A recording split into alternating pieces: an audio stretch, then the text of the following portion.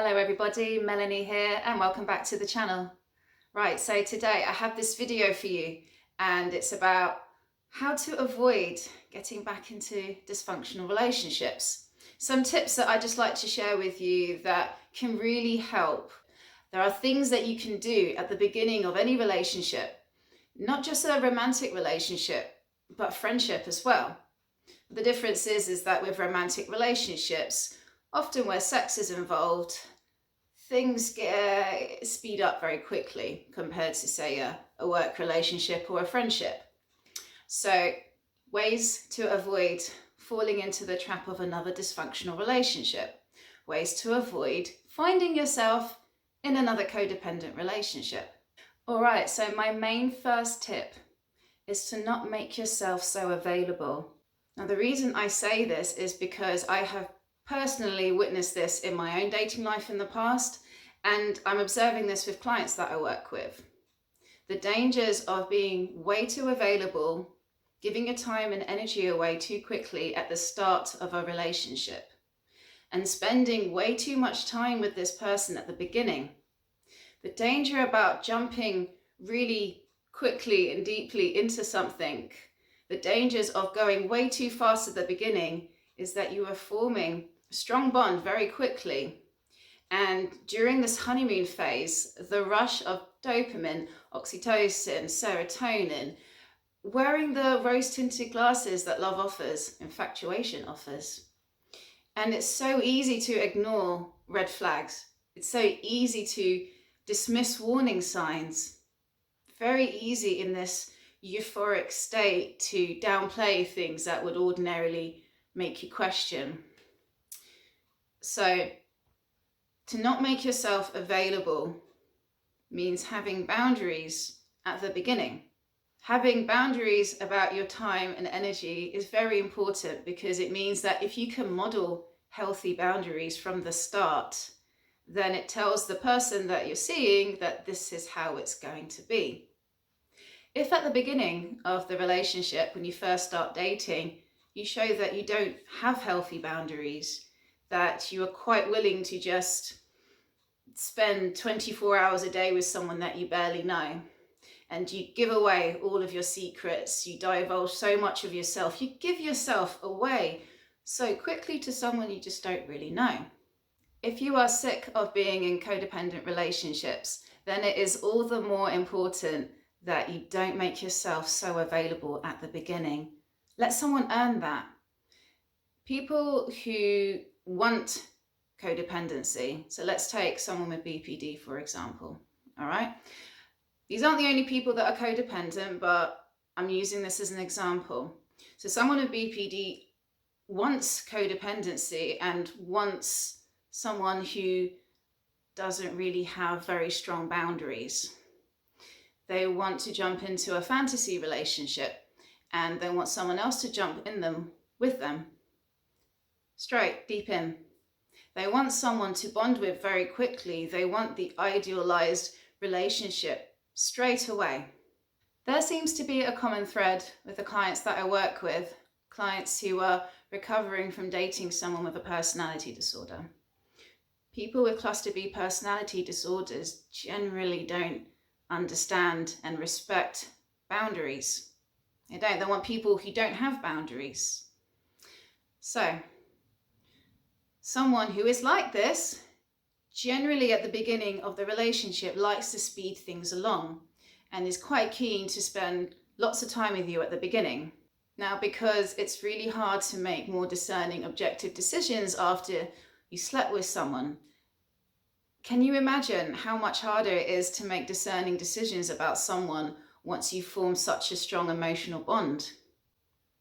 And the sad truth is that with a lot of traumatized people with BPD, for example, is that they're able to turn on a switch in their mind, be seemingly able to move on quite quickly. However, with you formed that emotional bond with them through the intensity of the beginning of their relationship. So a way to avoid this happening in any future relationship is to not provide the conditions in which you form such a strong bond at the beginning, in which you overlook the warning signs. Take things slow. Do not make yourself so available. Even if you haven't got any plans, if this person that you started dating says, hey, let's meet up, and they say, hey, let's meet up tonight, and maybe you don't have any plans tonight. But remember that if you have issues with saying no, if you always tend to say yes, this might be a good practice in saying no. And this brings me on to my second tip. Tip number 2, practice saying no. No from the beginning. Be assertive. If you find it difficult to say no to someone, especially if you are smitten with them, like you think they're gorgeous, you feel like you want to do whatever they want to do. You just want to spend as much time with this person. You are basking in their beauty. You think, yes, I just can't get enough of you. All right? No. All right? No. Calm yourself. Pull back a bit. Because for a lot of people, the person experiencing this is really overwhelming. It's too much. All right? And for someone who is personality disordered, for someone who is looking for a narcissistic supply, for someone who's just looking for a resource, for someone to be like, hey, I've got nothing to do. I am willing to drop my time and do whatever you want to do and be wherever you want me to be. All right? You will stand out like a sore thumb to people who want to use you. An inability to say no and being way too available and giving away of too much of yourself. If you've been hurt by someone, whether they were personality disordered or not, maybe they're just very traumatized, maybe they're just a bit of an asshole, maybe they're just very immature. Whatever it is, you need to protect yourself. Let someone earn your trust. You don't have to be a nasty person about it. That's the thing. You don't need to play games or be rude to be assertive. Build up your confidence a bit, all right? Look at the crux of this. Are you scared to say no? Are you scared to be less available because you worry that this person might get bored of you and move on? Do you want someone like that in your life?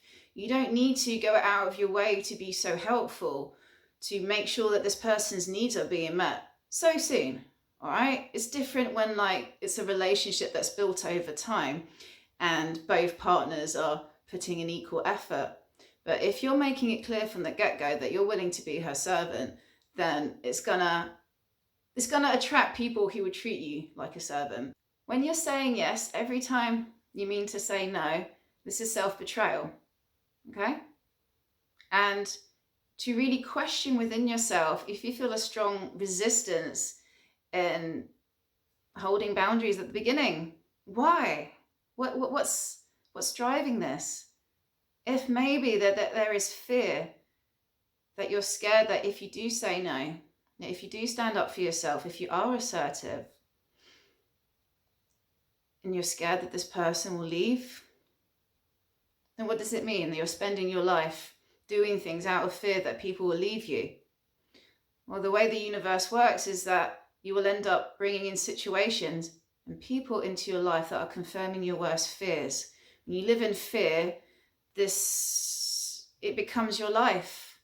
So really, perhaps it comes down to you loving yourself, respecting yourself, knowing that you are good enough, okay?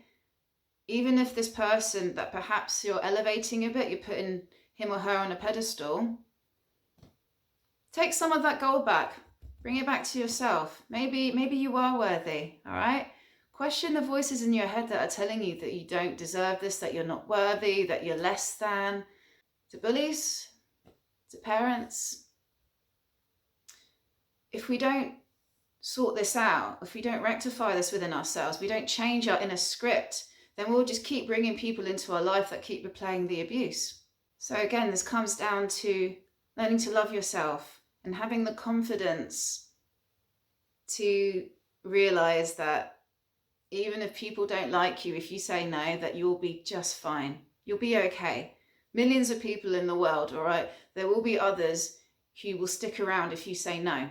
What I've noticed is that if you can be firm from the start about not giving your time and energy away too soon, not being so available, not being too helpful, and learning to say no, and having your no in place from the beginning. If you can be like this, then it puts off people who just wants to use you. People who want to use you are looking for someone who has low self-esteem. And the sad truth is that at the extreme end of it, predators, for example, predators will seek out vulnerable people, always. And that is the heartbreak of trauma, is that it does, if you've experienced a lot of abuse in your past, it does make you vulnerable, and you do stand out as someone who has very low self-esteem, someone who is very easy to manipulate, someone who has so little self-regard for themselves that they will tolerate someone who's being like that, someone who thinks that this is truly the love that they deserve. It's not, okay? It all comes back to you and how you talk to yourself, which will be my video following on from this, about how our stories, the stories that we tell ourselves, become our reality. So to sum up this video, to sum it all up, there's lots more to say. And bear in mind that, say if you're concerned about meeting someone again with BPD, that it is a spectrum. Many more people are on it that just have traits than are diagnosed with BPD. So it's not foolproof for me to say, hey, just learn to say no and put healthy boundaries at the beginning and don't make yourself so available. It's not foolproof, because there are people who perhaps are traumatized and will respect that. And maybe further on down the line, you get to know someone and it's not what you'd hoped. And you know what? That's life. But the more mindfulness that you can bring into the start of any relationship, the more awareness of what's going on in yourself when you're interacting with this person. You know, am I experiencing warning signs? Do I feel like this person's really controlling? Is this person really pushy? You know, am I getting like iffy feelings about this person? Practice saying no and see what happens. Because I tell you, people who genuinely want to be your friend, they will respect your no. They will. It's the people who don't respect your boundaries and your assertiveness and don't respect your no that will run a mile or get angry with you or ghost you or try and shame you. And then eventually they'll leave. All right, like I said, they're looking for people who they can use. Don't let yourself be someone who can be used. All right, make that clear from the beginning. I hope this has been helpful. As always, I'd like to hear your feedback. Share with me your thoughts in the comments below. And talk to you next time. Bye for now.